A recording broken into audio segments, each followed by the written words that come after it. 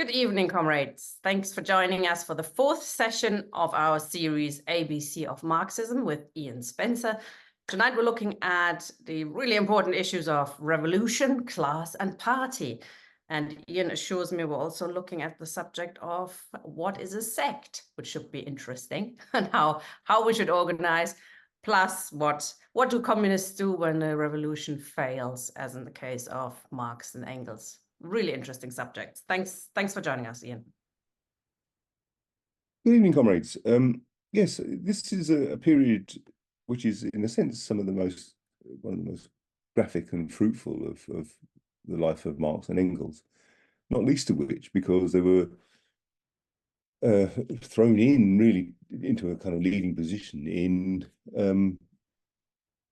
a almost global revolution, well, certainly a European-wide revolution, a revolution which touched at least 50 countries. And so for those who are inclined to think that revolutions only happen on a country-by-country basis, it does provide an interesting insight into the idea of a global revolution, the idea that a revolution could, in fact, happen almost simultaneously in a range of different countries.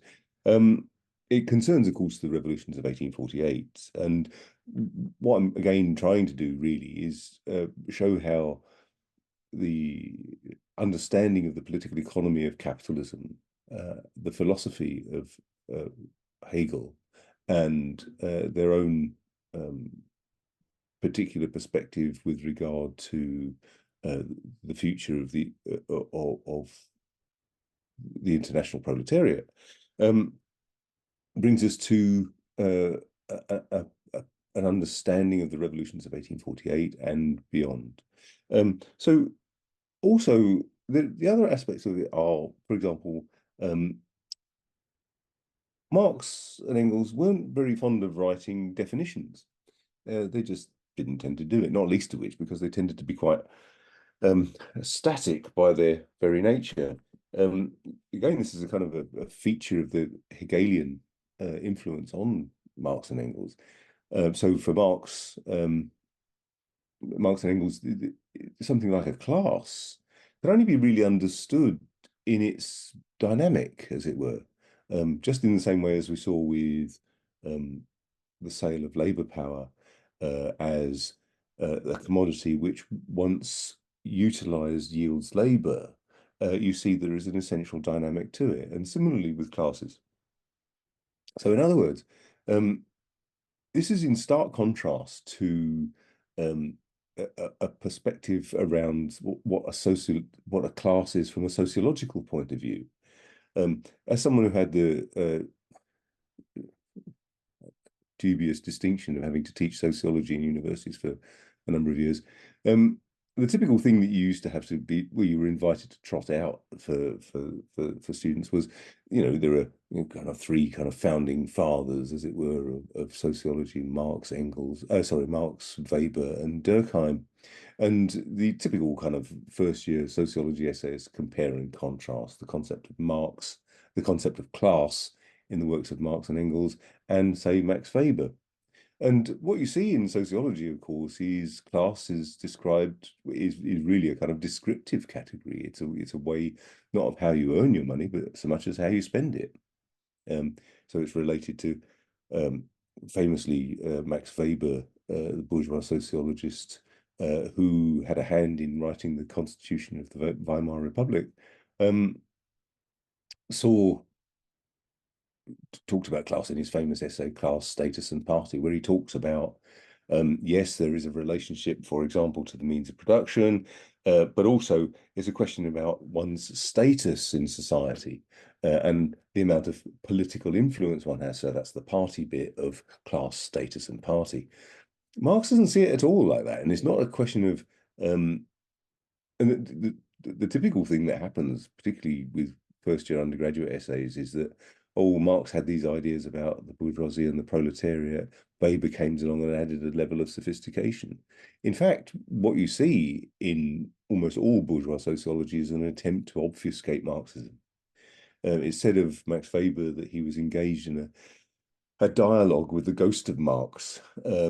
And the contemporaneous nature of sociology to Marx and Marxism is, of course, graphically illustrated by the fact that the early English sociologist Spencer, no relation to me, I can assure you, is buried directly across the path from Marx at Highgate Cemetery. Spencer, of course, was a vile specimen of sociology in that he was a kind of sort of white supremacist, as it were, and he was also the person who's credited with coining the term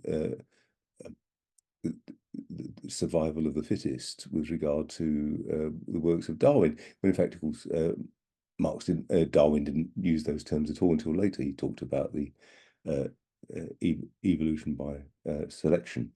So sociology and Marx kind of grew up together, as it were. And one could argue that really sociology grows up as a justifying ideology for capitalism in opposition to Marx, and in opposition to Marx's understanding, for example, of both economic categories and of political ones.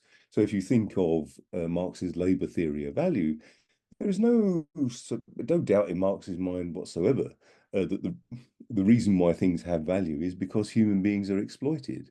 The commodity is not just a thing, it's a social relationship. For this laptop or a book or anything else to have value, it's because human labor is embodied in it. A little of which we talked about last time we met. And that is important because Marx, it was part of a long line of classical political economists who understood fully that it's the amount of labor embodied in commodities that gives them their value, and therefore implicitly and not too far from being explicitly, it is related to human exploitation. So classes for Marx are not defined in that way. And of course, the other thing that sociology students always used to bristle at was Marx's use of language. So both he and Engels were classically educated, so they were imbued with Greek and Latin terms. They had studied them from what we would regard as primary school. So when Marx talks about the proletariat, it is, as I mentioned, it would have been in ancient Rome, the class of landless laborers, and he's using that term to distinguish it from the petty bourgeoisie, for example, who are small property owners or a peasantry. Bourgeois is simply derived from, has the same root as burgess, so a city dweller or a town dweller. The idea of a free person who owns not only themselves but owns property and is in a position, for example, to have a shop or industry of one sort or another. So these are quite distinct from feudal estates. An estate, for example, in France before the Revolution would have included the clergy, who would have received their income as a result of tithes, taxes levied by the church on the peasantry. And of course, the same thing existed in Britain before the Reformation. And you still find it in vestiges in English place names, and places called Tithe Barn Lane or some such. So that's quite a different source of income from a proletarian who has nothing else to sell but their labor power. So it's an objective relationship to the means of production. The picture, by the way, was originally a Russian revolutionary poster and was subsequently, as it were, translated into English and used by the industrial workers of the world. And as you see, this pyramid of the capitalist system, I don't know whether you can see my cursor dancing around here. You've got the proletariat under here. We work for all, we feed all, and here's the exploiting class. We eat for you.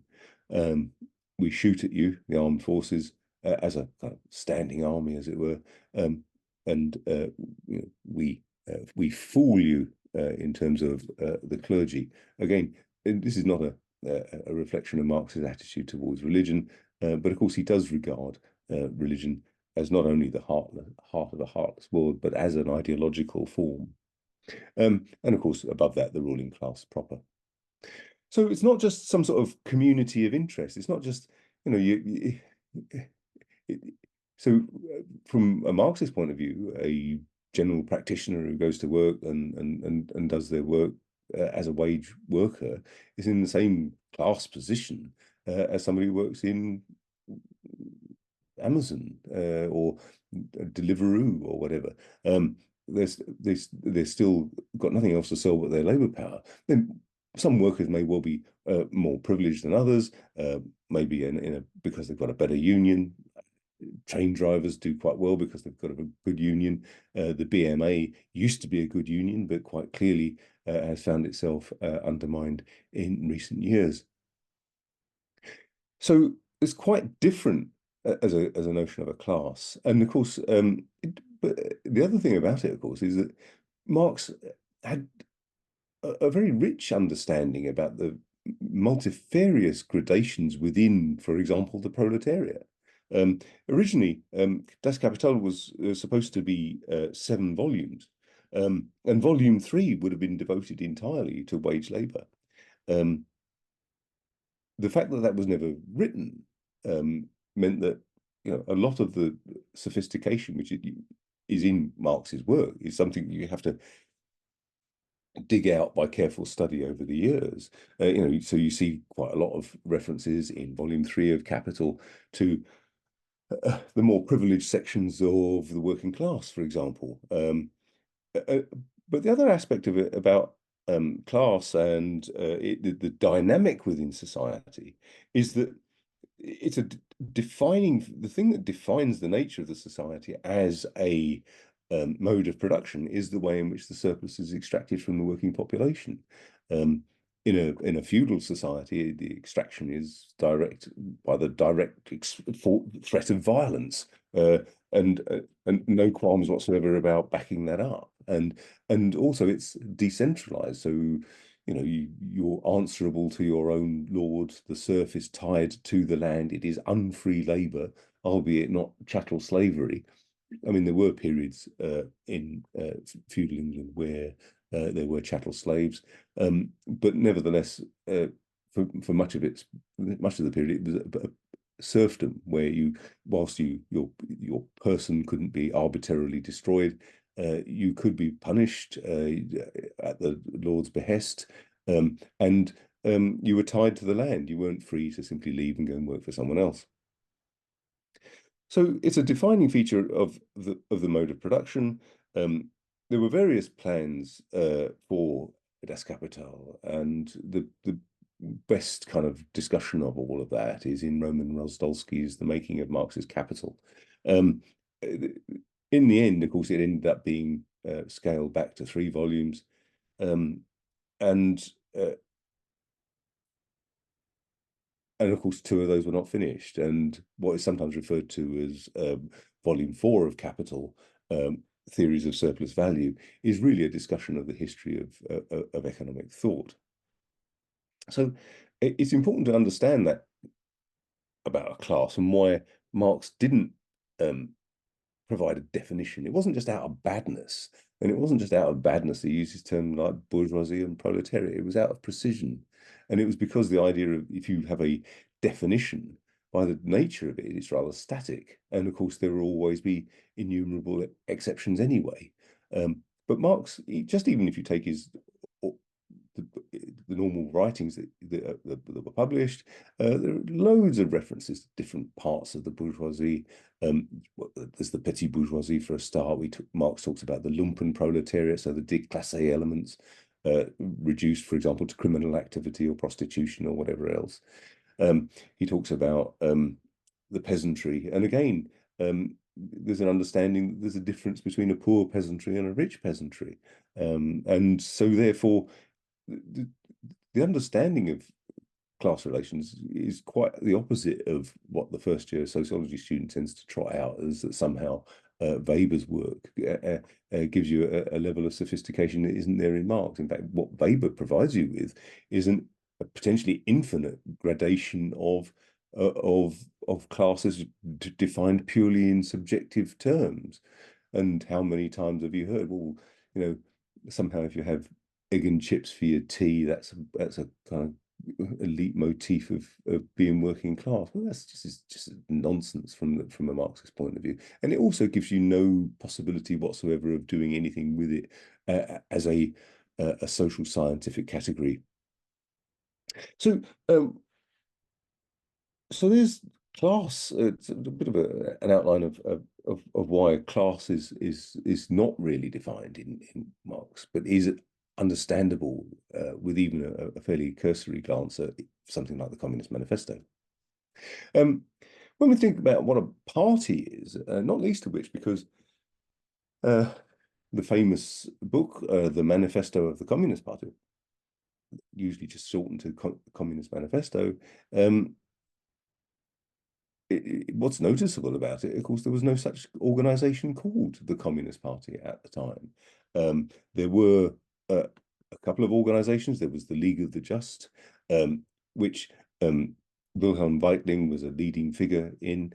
Wilhelm Weitling, of course, was part of that earlier history of socialistic and communistic activity, which was largely based upon the notion of for a secret sect. An organization which, for example, you were part of you often went through an initiation ceremony. There was a kind of esoteric form of knowledge, often a kind of catechism, which constituted part of the membership of being part of that sect. And the League of the Just was like that. There was a kind of catechism that one had to learn, and a series of rules that were only really revealed to the membership of the League of the Just. And of course, it's understandable why it was like that at the time, because quite often they were operating under conditions of illegality. And often on the basis not of the idea of a class taking power and a class ultimately being both universal and the end of all classes, but a sect like the League of the Just, the idea is that an insurrection mounted by the League of the Just would provide the spark that would lead to the revolution. And there were numerous revolutionaries at the time, most famously Proudhon, but also Auguste Blanqui, that operated on that basis, on the basis of a secret group that would stage insurrection at the drop of a hat, or as soon as they could muster their forces together, and that would supposedly lead to the revolution. Marx and Engels were adamant that they had to move away from that. There was originally the intention for the Communist Manifesto was that it would take the form sort of a bit like a catechism, and there were early kind of a sort of rough drafts, but Marx and Engels decided that was absolutely no longer suitable. That belonged to the past, and the Communist Manifesto was written as a manifesto as we would understand it today. So why call it the Manifesto of the Communist Party? And I think that's important. Not least of which because, as we'll see, Marx understood that there were other organizations out there. And in the context, for example, of England, the Chartists were hugely important at the time. And of course, Engels had direct personal experience of the Chartist movement in England, being as he was a factory manager in Manchester. So the Communist League, which is an organization which effectively sponsored the Communist Manifesto, came into being really out of a fusion of the League of the Just and the Communist Correspondence Committee, which is a small group of people in Germany, Belgium, France, and as the name suggests, corresponded with one another around areas of mutual interest about bringing a communist society. And in 1847, they became the Communist League. The interesting thing about the Manifesto of the Communist Party is it doesn't even mention the Communist League.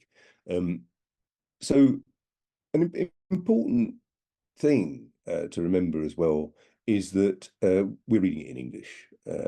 And for anybody who's interested in taking a scholarship of the Communist Manifesto a little further, this is absolutely invaluable. It's by Hal Draper, The Adventures of the Communist Manifesto. And in it, Hal Draper has, among other things, provided a new translation for the Communist Manifesto. I think, well, it's been going a while, hang on, what's wrong with the 1888 English edition, which, after all, Engels had a hand in supervising, as it were. But as Hal Draper points out, there are areas where the translation isn't necessarily as good as it could be. So, for example, in something where normally the term is in the 1888 English edition, it says communists do not organize separate organizations from other working class parties. That isn't apparently a very good translation, and Hal Draper has provided a helpful replacement in the form that the communists are not a special party vis-a-vis other workers' parties. They have no interests separate from the interests of a whole proletariat. And that brings us also to the heart of what a sect is. Not only is it an organization which has a kind of esoteric knowledge which it keeps secret from often its own membership. How many people have been members of parties like that, which have effectively announced changes in the party line without any kind of consultation or discussion? Which is a classic kind of sect behavior. But also, supposedly, sometimes this was done because they were afraid of being infiltrated by the police. In fact, it just meant that their own membership was kept uninformed, not to mention the class. And now the other aspect of being a sect from that point of view is when the interests of the organization are put above that of the class itself, you don't see any of that in the works of Marx and Engels. It's not accidental that in the inaugural address of the International Working Men's Association in 1864, Marx says clearly, the liberation of the working classes is the act of the workers themselves. And here we are. The communists are not a special party vis-a-vis other workers' parties. They have no interests separate from the interests of the whole proletariat.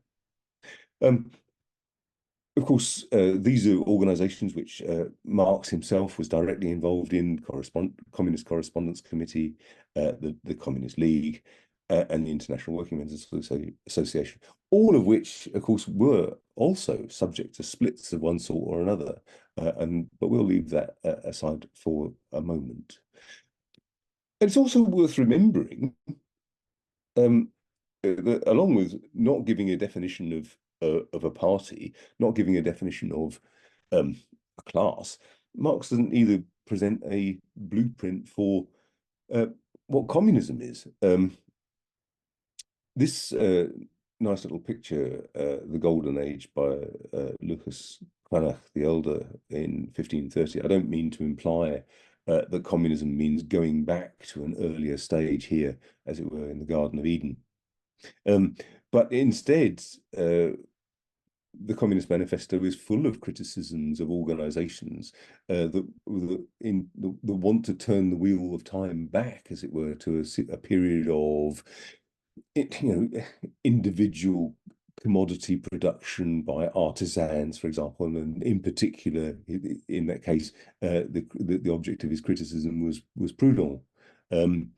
So, what if you and the outline really of what a communist society it would be is actually there, staring you in the face in the Communist Manifesto.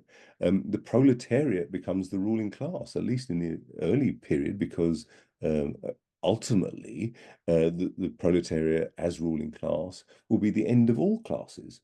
It is the abolition of all class society. So it's the abolition of private property. And not personal possessions. I mean, what Marx is at pains to point out in the Communist Manifesto is it's capitalism that does away with workers' access to personal possessions or the means of his subsistence. It's you have nothing else to sell but your labor power. The only thing that you really own is yourself, which you can enter into a wage contract, wage slavery, effectively, because you don't have a choice not to sell your labor power. But of course, it's not slavery. And this is one of the obfuscating things about it. This is one of the things that mystifies the whole labor contract, is the fact that you apparently sell your labor power to whomsoever you please. So it's the end of the wages system, not a fair day's work for a fair day's pay. The end of the wages system, which inherently means the transformation of family relations. They become truly human relations for the first time in history. Women are no longer dependent upon men as a breadwinner or turned into a kind of prostitution through the institution of marriage, or prostitution literally working the streets to sell their one marketable commodity. So you would see a complete transformation of family relations. Marx and Engels in the Communist Manifesto talk about the need for universal free education for all children, um, rather than children being the property of their parents. So all production would be to meet human need. There would be the end of a standing armed forces in favour of a workers' militia, direct participative democracy, and above all, the end of the nation state. Repeatedly, Marx and Engels say the proletarian has no country. As Hal Draper's translation, has no fatherland. And so all workers in that sense are part of that one great country, the international proletariat. So it's often said that Marx didn't give a blueprint for what communism is, but there are lots of examples where Marx is talking very much about an outline of what a socialist society would be like, socialism and communism being used interchangeably. So the Manifesto of the Communist Party starts off famously with the line, "A spectre is haunting Europe, the spectre of communism." And what Marx is getting at is that the bourgeoisie already knows it could lose everything. It already knows it has brought into being the one class that could supplant them.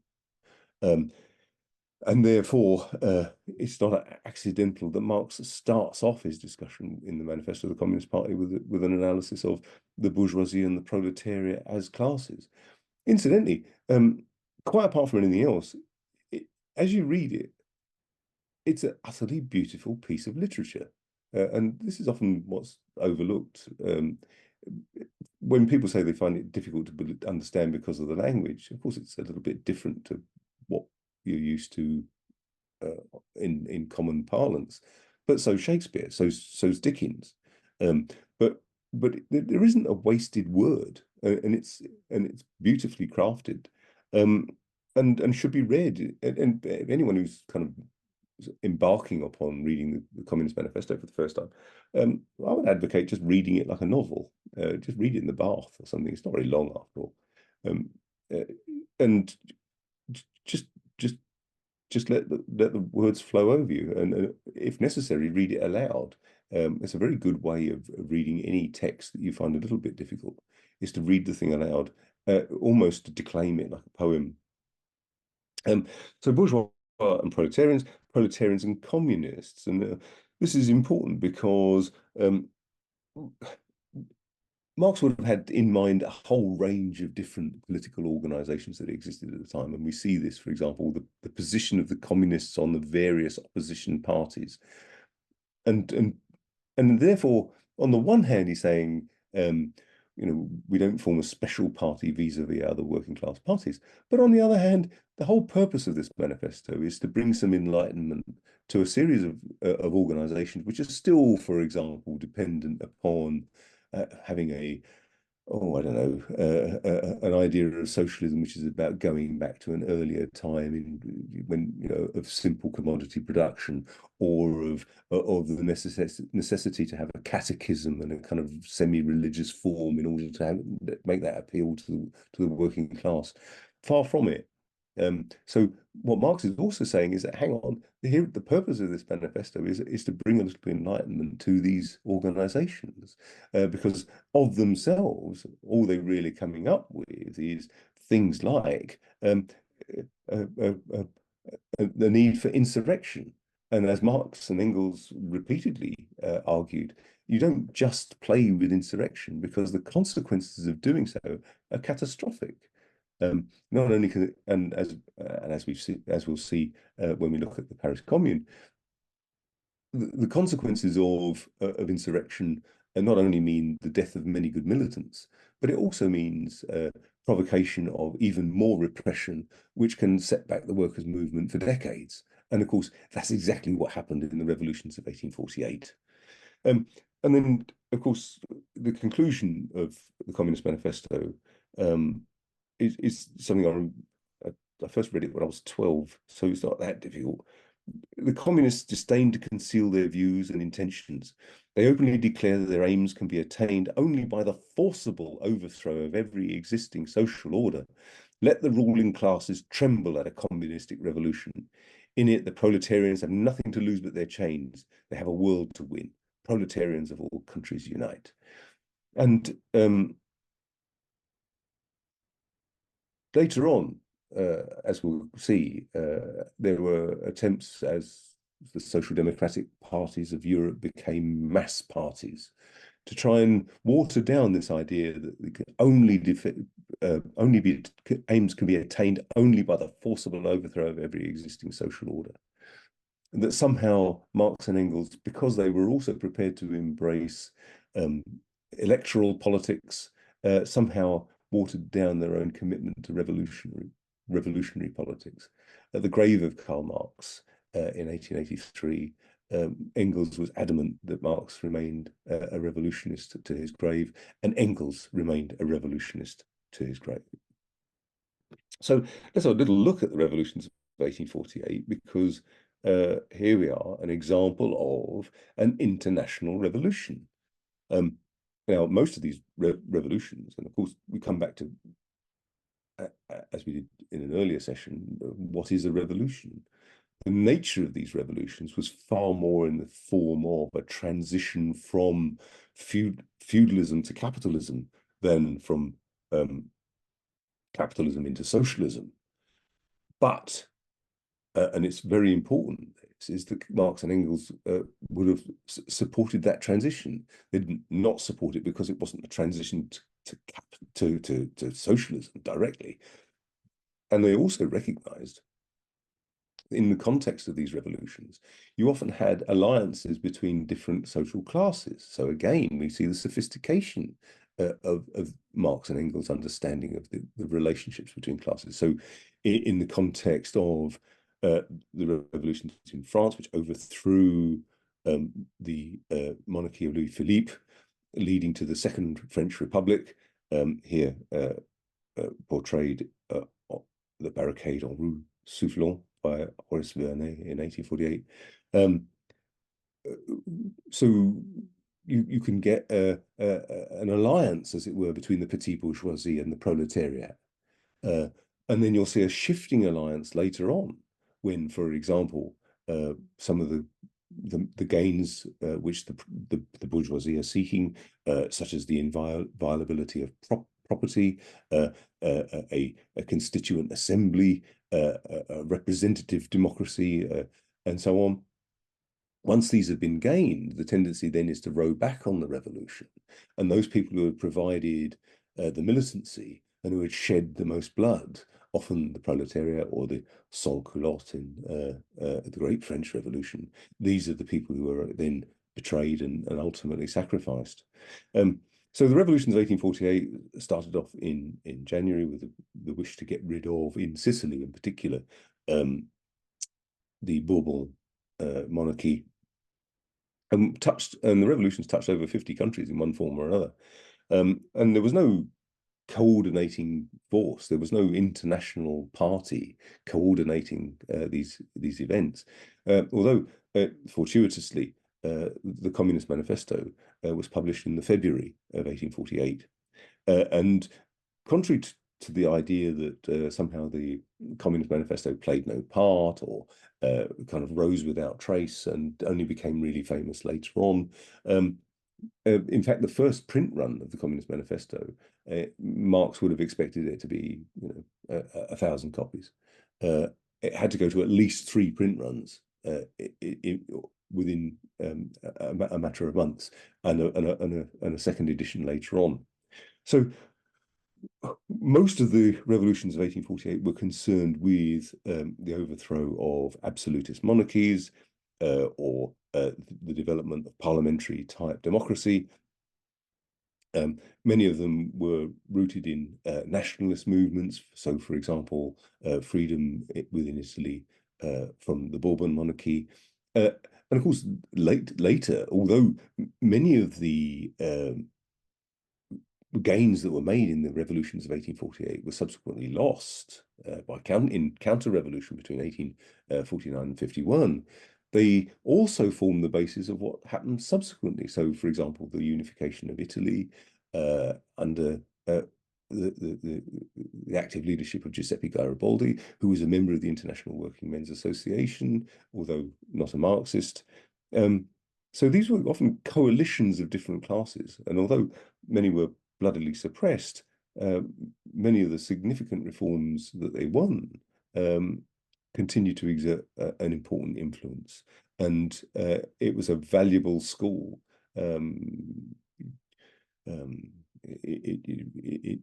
for Marx and Engels, and indeed the proletariat as a whole.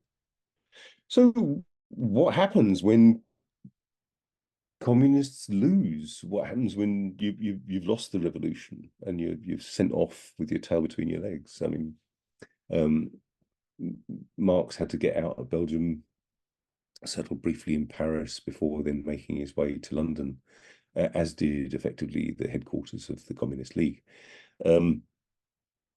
Marx and Engels, again, were resisting calls by people like August Willich, himself a redoubtable revolutionary, and Karl Schapper, for an insurrection. They were arguing that the revolution's only just failed. What about another attempt? And this is precisely the sort of thing that Marx and Engels resisted. Engels, it has to be remembered, fought in at least 2 battles and was the aide-de-camp to August Willich, and was the last of August Willich's Freikorps to escape into Switzerland. And for at one point, there was grave concern about Engels being killed. But the Communist League ultimately, in settling in London, eventually split and was disbanded by 1852, not least of which because what happens when revolutions are defeated, of course, you get the backlash. And the Cologne Communist trial in 1852 effectively smashed the workers' movement in Germany for some considerable time afterwards. And so this was a time then for reflection and study and finding out where you went wrong and being honest in your appraisal of that. And so you see that in the output that Marx produced at the time. Class Struggles in France, a series of articles published in the Neue Rheinische Zeitung from over the period from 1848 to 1850 that were subsequently brought together as a little booklet by Engels and published in that form. And a lot of people ask me, well, where do you start when you're reading Marx and Engels? I would say, well, you could do a lot worse than start with the Communist Manifesto. And then while you're at it, have a go at Class Struggles in France. Have a go at the 18th Brumaire of Louis Napoleon. After Louis Philippe had been deposed, the last of the sort of Bourbon monarchs, Louis Napoleon, the nephew of the great Napoleon Bonaparte, was eventually elected president in 1851, before then subsequently usurping the monarchy for himself. And the 18th Brumaire is a reference to the point when Napoleon Bonaparte, the first, usurped the monarchy for himself in revolutionary France. Marx also, this was the picture you'll see is the reading room of the British Museum. It's still there and still beautiful, and I recommend anyone to go and visit it. And not only did Marx work there, but later on, so did Lenin. Marx also wrote and published a contribution to the Critique of Political Economy in 1859. What was Engels up to Wasn't exactly letting the grass grow under his feet either. By 1850, he was written and published The Peasant War in Germany.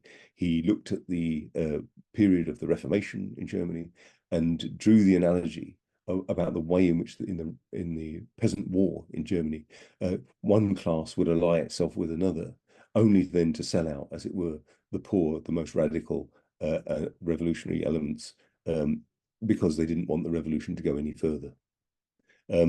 So Engels, as I say, had served as ADC to Willich. Willich was so incensed that Marx wouldn't support the idea of another revolution or another insurrection. He challenged Marx to a duel, which Marx very sensibly declined. And later, Willich went off and served and actually rose to the rank of Major General in the US Union Army fighting in the Civil War. Engels eventually escaped via Switzerland and Genoa, I believe, and ended up in London in November 1849, and then eventually to take up the post that he held until he retired, which is effectively as manager of the family factory of Ehrman and Engels in Manchester.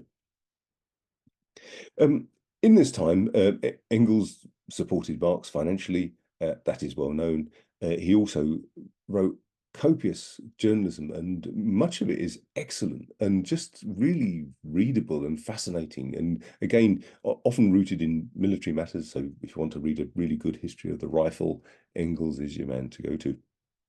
He also wrote for the Chartist magazine and engaged politically in workers' movements. The idea that these people were just sat in the library or whatever is so far from the truth as to be just frankly laughable. Marx, as you know, lived in London, and throughout much of that time, this was ironically one of the most creative periods of his life, but also one of the most tragic. At least 4 of his children died, all of whom, well, I don't know about the last one, but at least 3 of them probably in part as a result of the poverty that they suffered. Marx also supported himself with journalism. He didn't just sponge off Engels. He used to write articles for the New American Encyclopedia and other articles. Interestingly, Engels wrote some of the articles for him on the basis of Marx doing the research in the British Library. And they would be published in Marx's name so that he got the money for it. And if you've ever wondered about Marx's boils, there's loads of correspondence about his carbuncles and his boils and his furnicles, and it seems life has been absolutely miserable for him with these, especially as they all tended to be in pretty nasty places, like on his back of his thighs or on his arse or somewhere.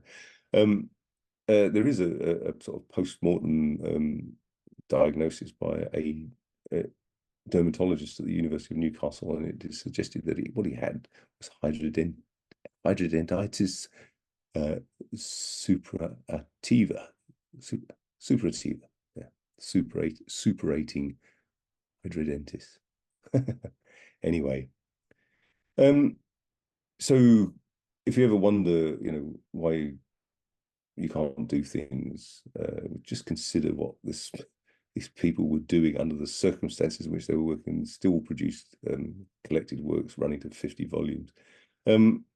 In 1856, the Marxes moved to Grafton Terrace, which is near Hampstead Hill, because Mrs. Marx, Jenny von Westphalen, received a legacy upon the death of her mother. And of course, Marx and Engels founded the International Working Men's Association in 1864. This is also a period in which, this is the most intense writing of the work that would eventually become Volume 1 of Capital. A quick dip into the Grundrisse, the preparatory writings for Capital.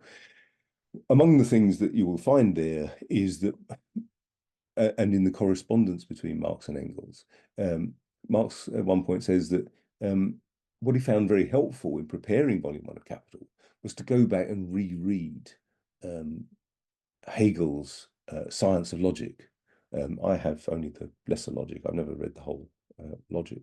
And it's a huge 2-volume set, I believe. But there was Marx, in preparation for his economic studies, was going back to read The Science of Logic by Hegel, an illustration, if ever there was one needed, that the dialectics was inseparable from his political and economic endeavors.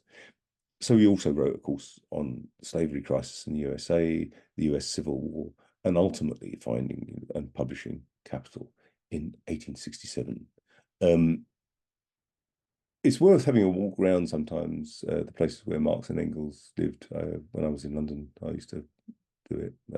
Engels, when he eventually retired from his position at Ehrman and Engels, settled near Primrose Hill, which wasn't very far from my old school, Quinton Kynaston, on the Finchley Road.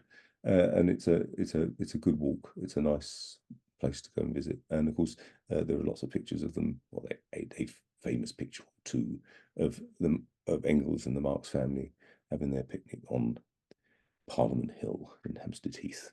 So, comrades, thank you very much. Brilliant. Thank you very much, comrade. If anybody's got a question or would like to make a contribution, please click raise hand and I'll bring you in just to get the ball rolling. As always, a few questions and a short discussion between us, if you don't mind. So Marx and Engels not being keen on definitions is, of course, for us a bit of a pain and can lead to misdefinitions and problems, but it does, of course, show their attitude to understanding that things are constantly in flux, aren't they? That things are born and they have to die, and capitalism has been born in order to die, hopefully of the working classes' hand. Communism too will have to, is present within capitalism, but it also will have to be renewed constantly if it's not to be dying and replaced with something else, higher forms of communism, ideally.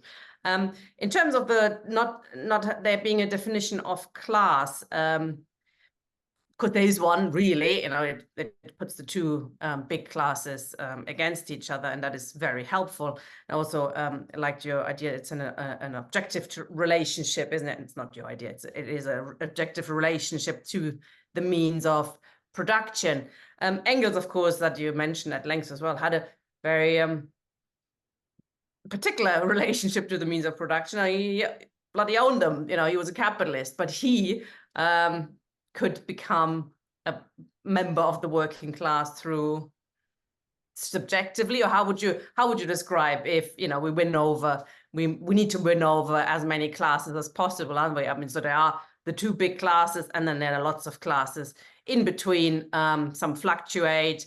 Some people in the bourgeoisie can be won over to the working class. The army has to be split.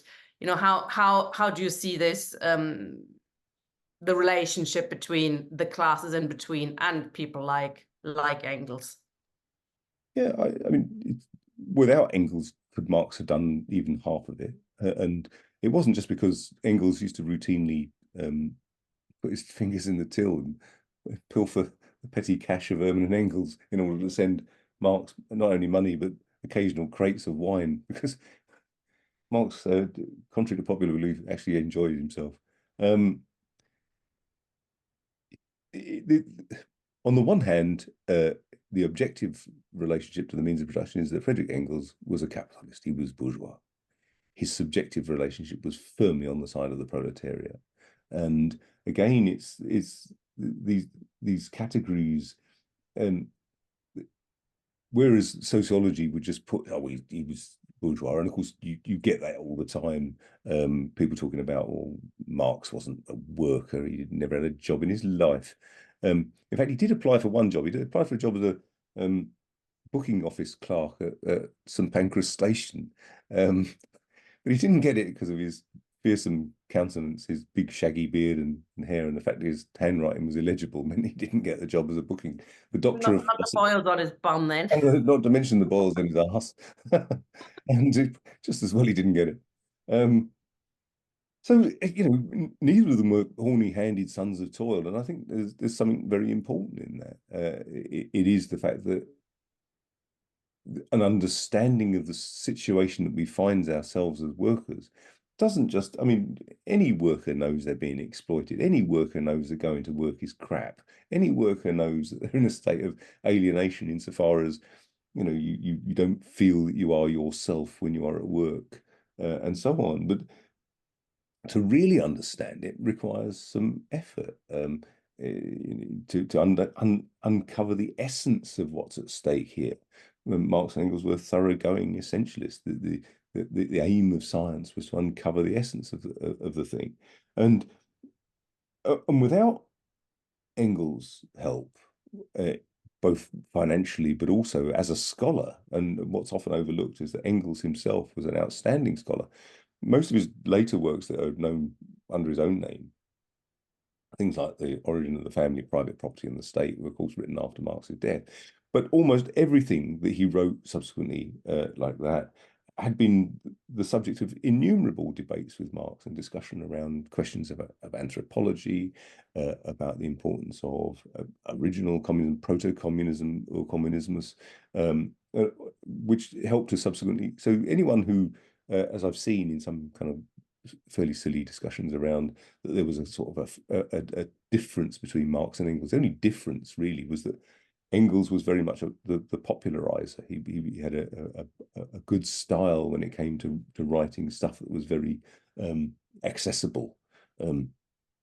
So Engels' subjective experience was very firmly on the side of the proletariat. Very firmly, one might argue, firmly part of the proletariat, in the sense that he lived his life as a revolutionary, even though he kept a horse and a very well-stocked wine cellar. And similarly with Marx, I mean, he both of these people, and Jenny von Westphalen and Eleanor Marx and Jenny Marx, gave their lives effectively for a struggle for the emancipation of all humanity. And that, how many people can say as much? I mean, it's interesting, of course, if you go to work, and at that time it was like 10, 12 hours a day, are you going to then afterwards sit down and work out, where is this exploitation? I mean, it does disable us, doesn't it? It does disable the working class, that it has to go to work and live like that. And it's bloody exhausted. So, it is understandable that oftentimes you have to have people who are part of the working class, but perhaps are not active workers. That doesn't mean they are not worthy, etc. Another interesting thing about the, I mean, you mentioned I did actually study socialism in Frankfurt, of all places, where Marx, he was listed as one of the three, but he was surpassed by Max Weber, and then they've developed them further, and he had he had his issues, and then the wonderful Frankfurt school came along and fucked it all up basically, but not that they are telling you that, but it is of course an attempt to reduce class to how you spend your money, not earn it. I think that was a really good way of putting it. Then also on the question of definition of the future, that's also an interesting one, isn't it? There's no blueprint for socialism, but yet in the Communist Manifesto and elsewhere, Marx and Engels make a big thing about explaining why not. They attack all those who have all these elaborate plans, be it, the rich, we still see that the rich have to give their money and do it for the working class. We have to just take that money and redistribute it a bit more. Or I don't think Marx and Engels actually mentioned him. Bakunin is another classic. 100 people shall run Europe, and who could decide who those 100 people are? Maybe Bakunin could decide that. That's his version of socialism. And you have all sorts of people making all kinds of templates, and how would socialism work? How would communism work? And Marx and Engels were pretty much the only ones who understood, well, we can't say because we don't know. Things will change. Things constantly change. Things might be entirely different by the time people fight for communism. Or have a revolution. But a question on that, then you said, they were very critical on turning back the wheel of time, and I agree. But they also took inspiration from what went before, didn't they? When especially Engels, looking at what has also been slightly badly translated into primitive communism, but was actually called by Marx and Engels Urkommunismus, a original communism, which is a much better way of putting it. And Engels in particular did a lot of work on looking back. I mean, his resources were sort of limited, so there's bits that are not quite right anymore, but that's understandable. But the big idea that in the past, people lived entirely different. There's nothing natural about capitalism. There's nothing natural about hierarchies like that. There's nothing natural about people being, some at the top and some being totally worn out and having nothing, while some people have everything. And this could be done away with. So they took inspiration from the past. Surely, if they didn't want to turn back the wheel of time, they took inspiration, didn't they? Indeed, and in the Peasant War in Germany, which is really one of my favorite things written by Engels. In studying the life of Thomas Müntzer and comparing him with Martin Luther, it's really rather like if you read the history of the English Revolution and read about the levelers and in particular the diggers and Gerard Winstanley, for example. What they have in common is here are ideas before their time. Here are revolutionary ideas being put forward before their time. Thomas Müntzer is effectively arguing against not only the church but property relations, and that is why, for all his supposed piety, Martin Luther supports the crushing of the peasant war in Germany, the crushing of the peasant uprising, and it was that these, on the one hand, the revolutionary ideas being put forward by the poorest in society, but until you get to a point where there is a class which can actually realize that, then that is what makes them utopian. That is what makes them impossible. And so one could admire the valor of Gerard Winstanley or Thomas Müntzer, but they were ahead of their time, and of course you could, if you wanted to, play around with that idea and say, well, the Russian Revolution was premature, or the uprising in Ireland in 1916, and so on. In order to win that worldwide revolution, there needs to be a class which can bring it into being, and that class is only the proletariat, because the peasantry cannot do it. They cannot achieve that kind of level of solidarity. They cannot achieve that kind of level of coordination. And Marx and Engels talk in glowing terms about Babeuf and Danton in the Great French Revolution, and they even had an admiration for the courage of Auguste Blanqui. I mean, a person who was an insurrectionist par excellence. I'll just mention one other little thing, by the way, about the Cologne anti-communist trials, and the fact that after the revolutions of 1848, Marx and Engels were subject to all sorts of calumny on the part of people who tried to associate them, first of all, as somehow being the cause of the revolutions of 1848, which of course couldn't possibly have been true. And one of the few books that Marx wrote and published in his lifetime was Herr Vogt, which was a refutation of so many of these kind of lies that were spread about. And Vogt himself was shown to be a kind of agent of the state. Published in 1816. It's quite a chunky volume as well, and I could have to confess I haven't read it. I've dipped into it to look for bits and pieces, but I haven't been able to forge through it. That'll be my summer project, perhaps. But always the critique of the Gotha program is often cited as the place where you've got a blueprint, because Marx talks about a communist society being a place where you can hunt in the morning, fish in the afternoon, and criticize after dinner and that kind of thing. He also talks at one point about a stage on the way to abolishing money would be labour certificates, and this sort of quaint, old-fashioned idea that you take your labour certificate because you've done 10 hours of necessary labour in the course of a week, and then you can go and draw what you need from the warehouse. Well, things have moved on a bit. We're moving to an almost cashless economy, and this is a good example about something which is developing within capitalism, which will ultimately facilitate the transition to socialism, peacefully if we can, forcibly if we must. And you know, if you already have a society where it's all on an electric card or your phone or some such, how much easier is that than a labour certificate? The conditions are already there. The abundance is already there. It's almost superabundance to the extent that we actually spend more destroying things than we do in producing stuff.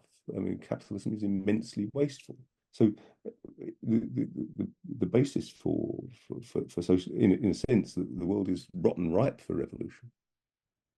Absolutely. Let's have a quick look then on how we're doing it. And you touched on that when, the party building question, which is, of course, vital, and it remains a vital question for us today, looking around, and, there's dozens of new organizations springing up, but none of them really a Communist Party worthy the name. And you said when the Communist Manifesto was written, there was, of course, no Communist Party, quite right. The Communist League commissioned them to write it. But I think Engels writes in one of the forewords that there was a Communist Party in formation, isn't it? That's how he described it. There were moves towards building a Communist Party, and that was the Communist Manifesto was towards aiding that. And I was going to show that what we've that mistranslation you've mentioned, because I've got a little clip from that from a previous session, and I think that is quite important. That mistranslation, that from the 1888 translation, which Engels oversaw, and for various reasons. So this is the version that most people have in their Communist Manifesto. The communists do not form a separate party opposed to the other working class parties. They have no interests separate and apart from those of the proletariat as a whole.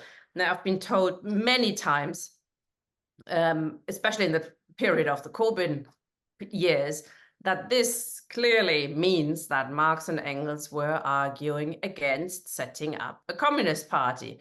Yes, it might be called the Manifesto of the Communist Party, but there was no communist party then. And that means that Marx and Engels were actually against communists forming a communist party on a communist basis, which is, of course, pretty weird reading the rest of the manifesto, which is all about, how they are different from proletariat. And Hal Draper's book that Ian referenced, the Adventures of the Communist Manifesto, makes a really good job, not just dealing with this particular slightly bad translation, but also other parts, and explains where they come from.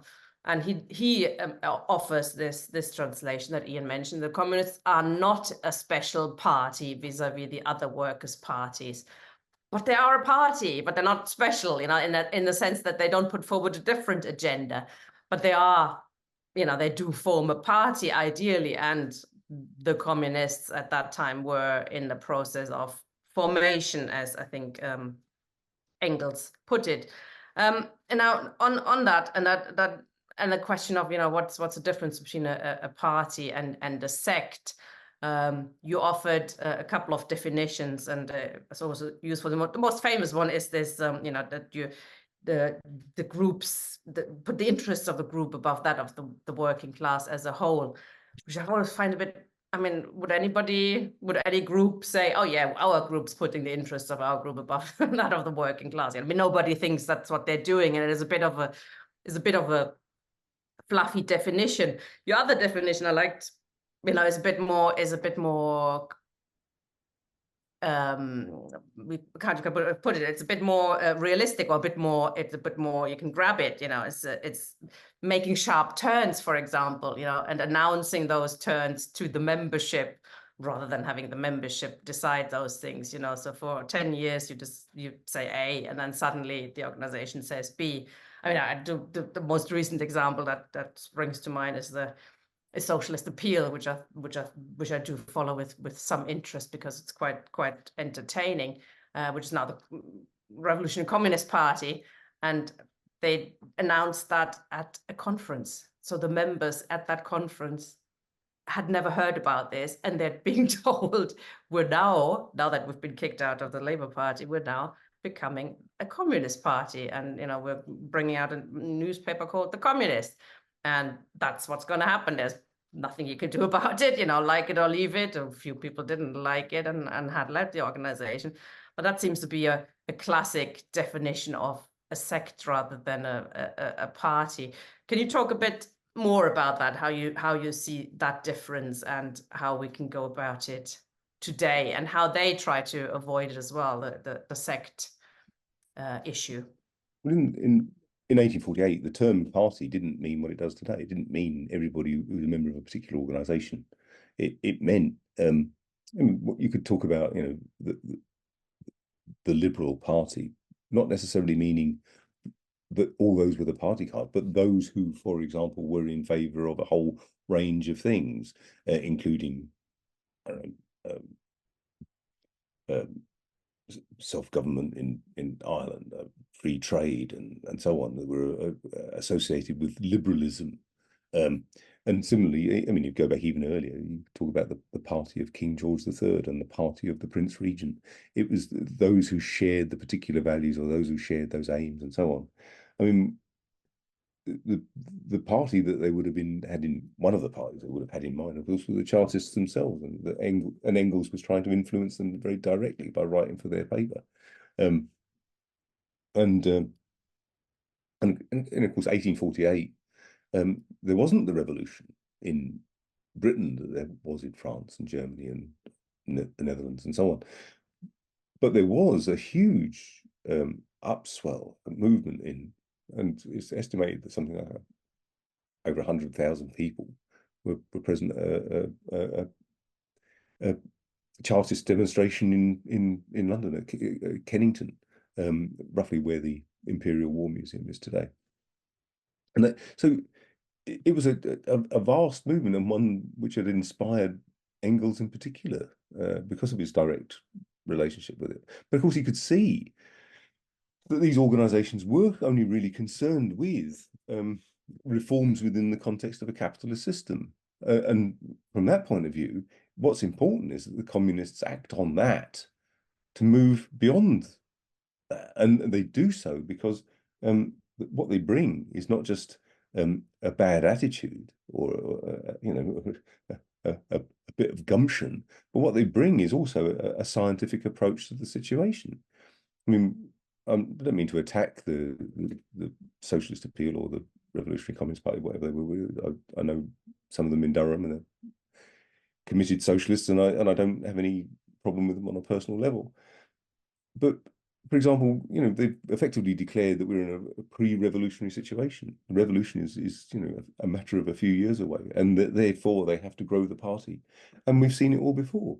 Now, if we are in a pre-revolutionary situation, good, but I really don't see what the empirical evidence for that is, and you have to be a bit careful about it. And I think that's why Marx and Engels were always very hostile to the sectionalism of people like Weitling or Willich or whoever else, who were always ready to sort of declare the revolution is just around the corner, and all we now need is one more push. What we need to know is chuck a few bombs about.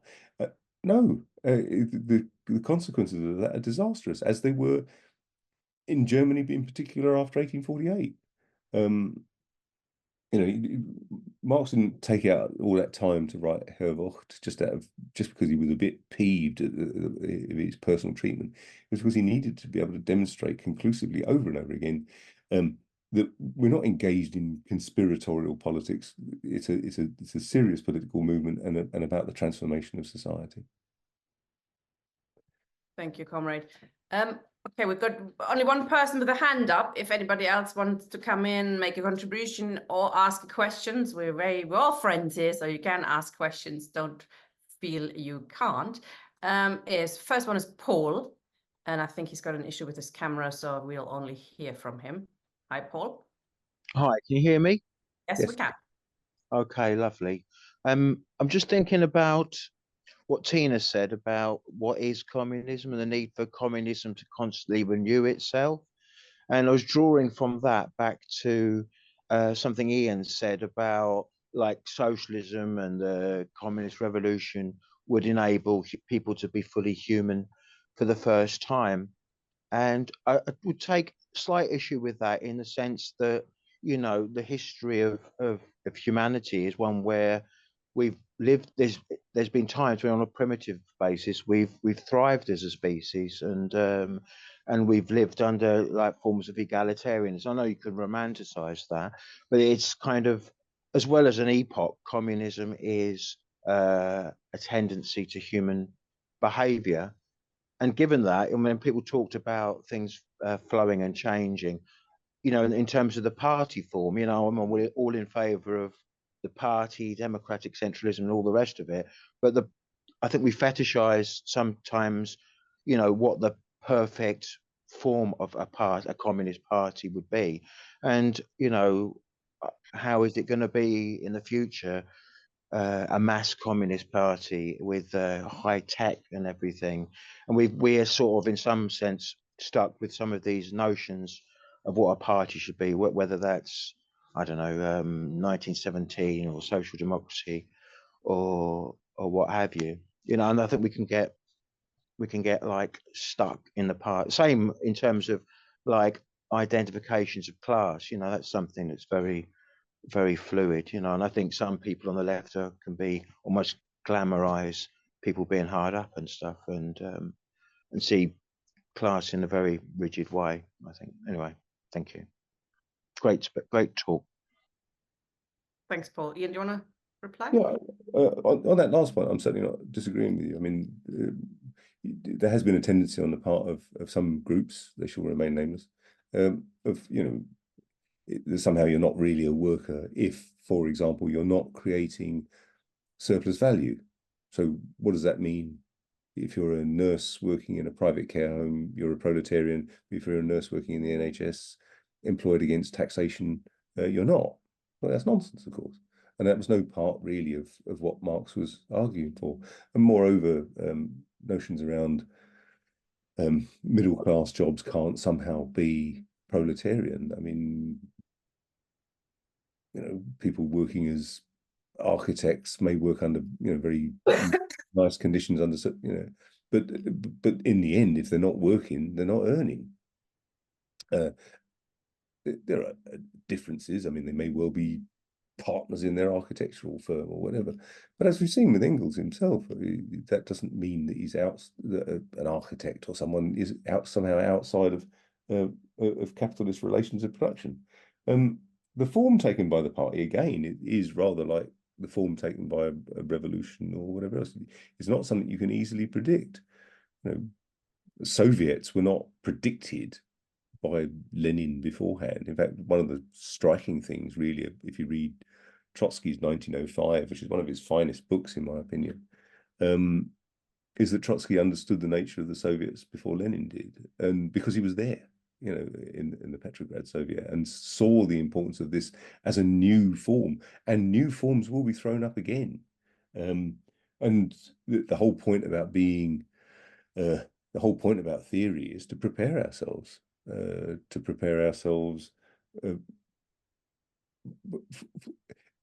Revolution, I would argue, is inevitable. The outcome, however, isn't. And whether we end up being put back for another 100 years, or so many of us get slaughtered, we end up in some utterly barbarous place, then it is why we do theory, and why, incidentally, the anarchists don't do theory. we can't rely all the time on spontaneity. Spontaneity has a sort of a nice appeal to it. And if you look at the revolutions of 1848, there was lots of spontaneity and lots of defeat. And, one can look at lots of situations where there's been spontaneous uprisings, but easily dissipated, easily destroyed, easily subject to. And what's important about a party as opposed to, a groundswell of opinion or some such, is it can weather the storm, if necessary, go underground, if necessary, organized in some other way, in necessary, and that's effectively what the German Social Democratic Party did after the revolution, well, as it came into being later on. And of course, I'm not in talking about Urkommunismus, proto-communism. It's very important to understand that because it's not any part of what it is to be essentially human. But Marx and Engels did have a conception of human nature, and that shouldn't be overlooked. The idea that there's no such thing as human nature, only human nature in any specific epoch, was, ironically enough, a leitmotif of Stalinism. It was Althusser, really, that was arguing that there's no such thing as human nature, and that somehow we can leave all that Hegelian stuff to one side. Marx most graphically talks about it in the Economic and Philosophic Manuscripts of 1844, but he also makes reference to human nature in Capital. So the idea that there was an epistemological break and that's all just part of some sort of Hegelian flummery could be left in the past. Human nature is actually vital, because what Marx was on about was the creation of a truly human society, because he's arguing that humanity's species being is to work upon nature precisely when we're free from the need to just simply feed ourselves or put a roof over our heads or whatever. I mean, he talks, as you know, in the manuscripts of, bees make hives and and so on, but they do so on an instinctual basis. Only we do it in advance, in our minds beforehand. We plan what we're going to do, and then we go on ahead and work upon nature when we're free from need. So, if you were free and you didn't have to work at all, I wouldn't just end up sitting about. I mean, I'm semi-retired and I don't just sit about. I'm busier now than when I was working. And labour, in Marxist terms, becomes man's prime want. Yeah, I like that idea that we probably don't know what the revolution will bring and which formations will rise up. So anything that exists now will probably be swept away. Every organization of the left and will be replaced by something that's more adequate to the task at hand. The key, I think, isn't that what we're doing with our various series, is that we learn what happened before, that we learn from history, we learn the mistakes that were made, be it 100, 200 years ago, but also more recently, be it with the Corbyn years, what happened there? How was that defeated? I think there's a tendency to sort of just, let's move on, let's be nice to each other and try to build something like Corbynism, but outside the Labour Party with the same program, and hope that'll go better than it did in the Corbyn years and when he was the Labour leader, which seems slightly unlikely. I'd leave it at that. But I think we have to learn from our mistakes in the past and learn lessons. Carl wants to ask a question or make a contribution. Also promise with the camera so we can hear him. Hi. Hi, Tina. Can you hear me okay? Yep, we can hear you now. Oh, brilliant. Firstly, thanks for that presentation, Ian. It was very interesting. I don't know if you could make the slides available to comrades that are in the talk, because I think many of us would find them quite useful just to go back over and maybe use ourselves. But what I wanted to speak to specifically is the second part of the talk in the descriptions of the party. And there's a definition that I always fall back to, and I think it stands the test of time. I just wanted to get your opinions on whether you agree with that, whether it's an adequate definition, and how it stops rising above the working class in that sort of bureaucratic caste, like you were just starting to allude to there. But in his preference to what I think is his best work, The History of the Revolution, Trotsky said that only on the basis of a study of political processes in the masses themselves can we understand the role of parties and leaders.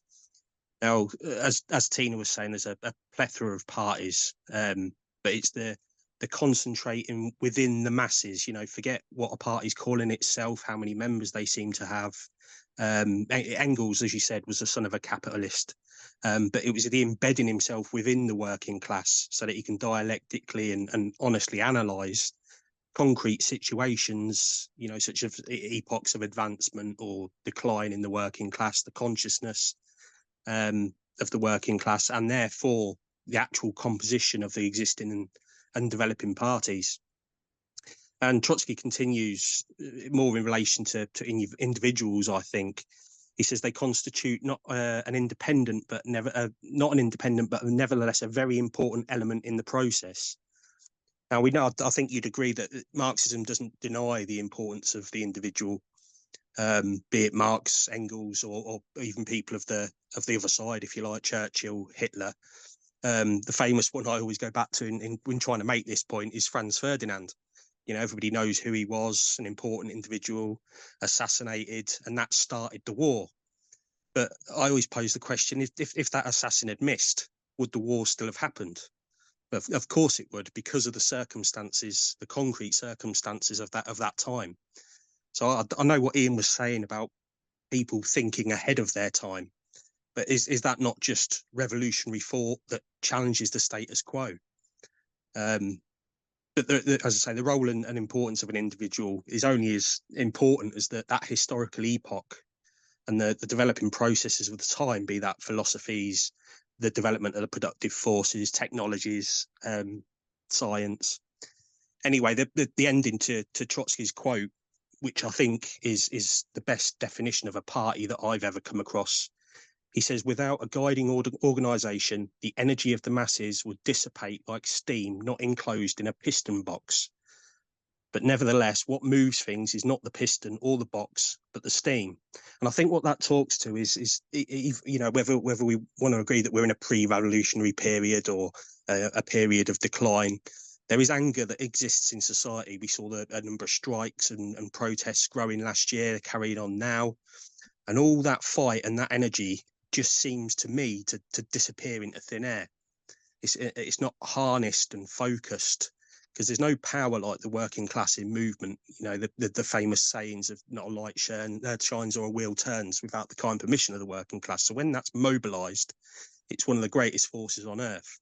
And it tells me everything I think I need to know about building cadres that are capable of leading the movement so they can become them individuals within this epoch of moving that revolutionary movement forward, raising the intellectual level of the masses, which I hope talks like this will do, and the whole series that you've got planned in, and embedding themselves within the masses, and the need for a communist party to act as that piston box in shaping and moving the power of the working class in the right direction. Otherwise, we see, as we saw with a great number of the revolutions you alluded to, the victory of the counter-revolutionary movements as that power sort of dissipates into thin air, as the analogy that Trotsky used. So I just wondered if Ian agrees with that definition of the party and how sectarianism plays into that.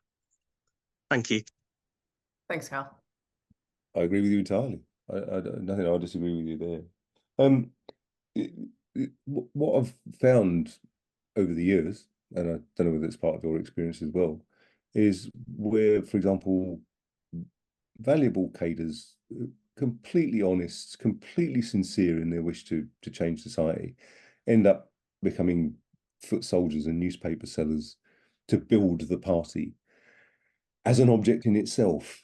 And from that point of view, what I've tended to see is those same people denied the opportunity to play any kind of active role within the thinking in that party, where they do become newspaper fodder, really, newspaper selling fodder. And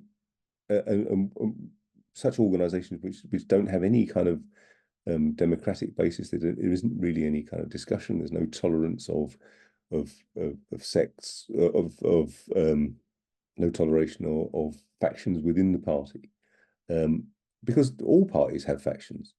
A lot of parties have tended to ban factions because they think that leads to splits. I would argue that without factions, you will get splits, because what happens is that people will find it utterly stifling and end up just leaving, or they form another little group, and without learning the lessons.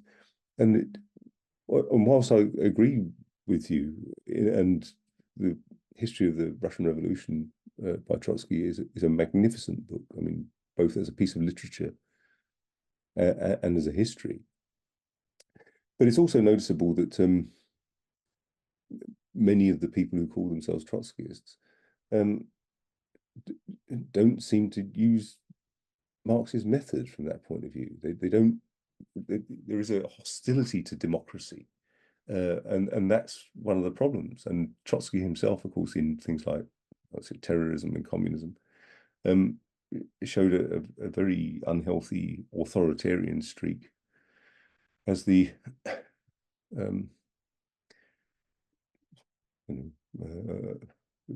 Kronstadt the sailors of the Kronstadt uprising would attest, and therein is the problem. A lot of what we have to go on is sometimes magnificent literature written at a time when the Russian Revolution was itself already defeated, and where you put that defeat is open to question. Factions were banned by the Bolsheviks, 1921, not as a sign of strength, but arguably as a sign of weakness. So how do you stop a Stalin if you don't have some kind of democracy within that party? Now, of course, we're talking about the Russian Empire in which the proletariat itself had been decimated. And from that point of view, the social force that could have potentially saved Russia from turning into an absolute monstrosity wasn't there. But nevertheless, I don't disagree with you at all. I mean, certainly in terms of, there's lots of examples of people being made by revolutions. And the example Trotsky gave us of Father Gepon, of course. Of course, we're right now in the middle of a completely extraordinary situation. The nature of Zionism, the nature of British and US complicity in Israeli genocide is there in front of our very eyes. And on Saturday, I'll be off to London again, along with hundreds of thousands of people, and walk through the streets. And where will it eventually go? I would like to think that at the very least, we're in the position, one of my earliest political memories is of celebrating the 2nd anniversary of the defeat of US imperialism in Vietnam. And the Vietnam War exerted a powerful influence on the way people thought about the world, and I think had a part in making me a communist. I'd like to think that if anything positive comes out of the genocide in Palestine, it will be a transformation in people's consciousness. What's then needed is the kind of organizational forms that can turn that into a movement which can withstand repression that we're already starting to see happen, among other things.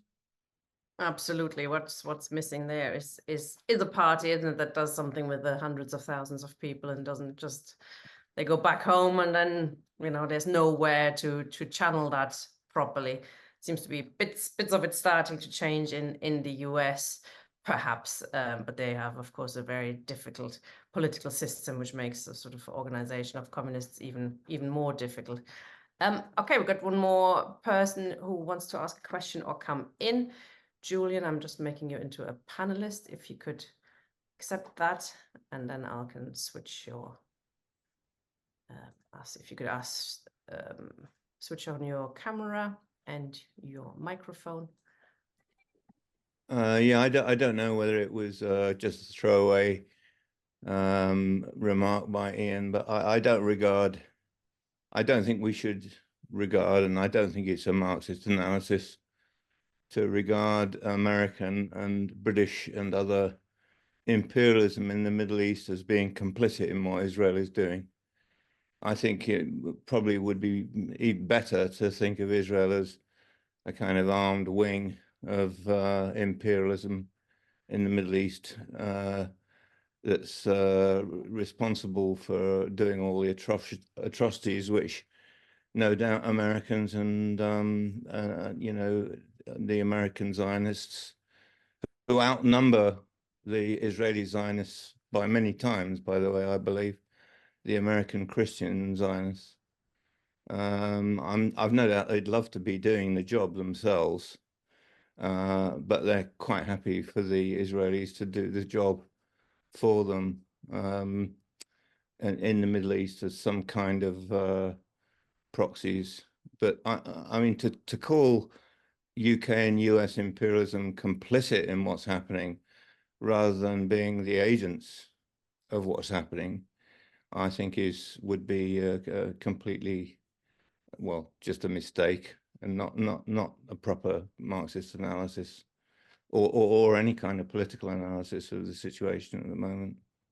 But I forgive him because I'm sure it would be, you know, perhaps it was a bit of a throwaway remark. Also slightly off topic, but you know, we do have a bit of time, so we can talk about it. Yeah. Yeah, it was a bit of a throwaway remark. I mean, Britain is the originator of the perfidy. I mean, you know, we've had a very fruitful series of sessions on Palestine, and of course, Britain's role in the Sykes-Picot Agreement, the Balfour Declaration, and the actual creation of, in the words of Sir Ronald Storrs, the former governor of Jerusalem, a little loyal Jewish Ulster in a potentially hostile sea of Arabism, is something that should be read by everyone. I mean, the best account of it, I believe, is Nathan Weinstock, Zionism, False Messiah, and if read in conjunction with Ilan Pape's work, the ethnic cleansing of Israel, the ethnic cleansing of Palestine, is, I would thought, obligatory reading. It's horrifying. I mean, just to take a few little things. I mean, the very development of the Haganah was in part under the training of one Major Ord Wingate, who was a British Christian Zionist and British soldier serving in Palestine at the time, effectively training the Haganah to how to wipe out Palestinian population. And Ord Wingate subsequently, of course, went on to become Major General Ord Wingate before he was mercifully killed in a plane crash. And there again, you know, Glubb Pasha played a huge role, again, a British Army officer who effectively became the officer commanding of the King of Jordan's army, and played that perfidious role of the King of Jordan, effectively saying, well, we don't really care about the Palestinians, but we'd like to keep the West Bank of the Jordan. So, you know, so Jordan, originally called Transjordan, included both sides, and Glubb Pasha was part of that whole game, you know. And so the disgusting nature of British imperialism is right at the heart of it. The fact that it's now part of the American empire is, of course, well known to everyone. But while we're talking about this, it's not like Israel just does what the US want, isn't it? It's not that way around either. So it is there's no puppet masters in that sense. There's a reason why Israel came into being, but there's more going on than Joe Biden just telling Netanyahu what to do. Oh, absolutely. I mean, but it is part of course, the internal logic of Zionism. I don't know at what point the United States might ever turn around and say, actually, now, Israel, you're more of a liability. And if they did and then pull the plug, well, then it's conceivable that Zionism we could see an end to Zionism. However, that doesn't look even remotely on the cards at the moment. I mean, just in the same way that, for example, you know, I remember long periods in which nobody really gave a toss about apartheid South Africa. But what made a difference there was that the Soviet Union was no longer prepared to support Umkhonto we Sizwe. The South African Communist Party, under the impact of the collapse of the Soviet Union, effectively decided that they would play a part in helping to make South Africa a safe place to make profits in. And from that point of view, President Reagan really didn't give a toss whether it was the ANC in power or anyone else. In fact, what we can see is the ANC played the role of marshalling the black working class behind the interests of capital. So what we do know from dialectics, of course, is that nothing remains the same and that things will move. And the contradictions in the Israeli system are just as glaring as in apartheid South Africa, and just as transient. That doesn't mean to say we can shrug our shoulders and just wait for it to collapse. It's only going to collapse with human agency ultimately, but collapse it will. Absolutely. Do you want to any final words to sum up this session? What are the key themes, the key ideas we should take away from it?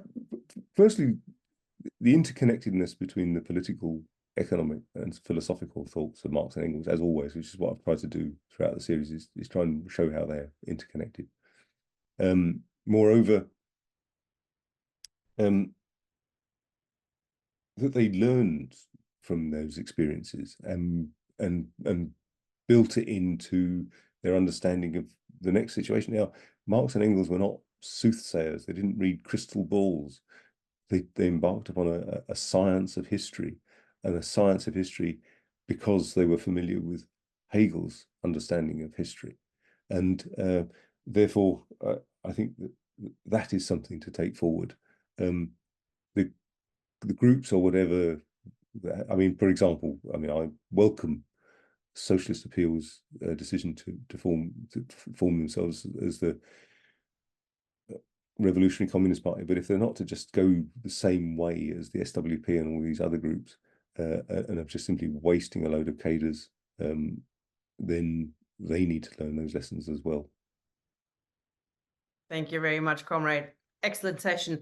Next week, we're back to the Communist Culture Club, and we're looking at a related issue, which is a sort of May Day special. We're going to have with us two guests from the Radical Anthropology group, Chris Knight and Camilla Power, and they'll be talking about communism of the past and communism of the future. How does the Urkommunismus, the primitive communism, how it affects also our thinking and that of Marx and Engels going forward to a communist future.